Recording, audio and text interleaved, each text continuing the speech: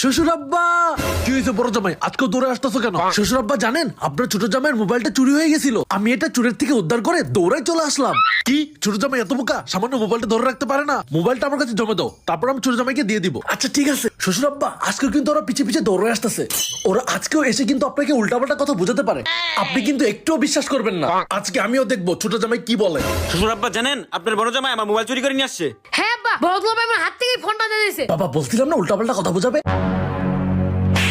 বাবা তুমি আজকে আমাকে মারলে। আমি জানি না কি হয়েছে, এই দেখ বড় জামাই চোরের হাত থেকে ফোনটা উদ্ধার করে আমার কাছেই জমা দিছে। শ্বশুর আব্বা বড় জামাইয়ের কিপটা আমি প্রমাণ আমি এখনই দেখাচ্ছি। আরে ভিডিও কই গেল? আসলেই তো, ভিডিও কই গেল? ছোট জামাই তো শক খেয়ে গেল। কিপটা জামাই আমার ফোন নিয়ে গেল রে। এখন তাড়াতাড়ি কিপটামের ভিডিওটা ডিলিট করে দেই। বড় জামাইকে কিপটা প্রমাণ করা বন্ধ করে দাও। এই জামাই চলো, বুঝো ঠেলা এবার। বড় জামাইকে কিপটা প্রমাণ করেই ছাড়বো। চল বুদ্ধি বের করি।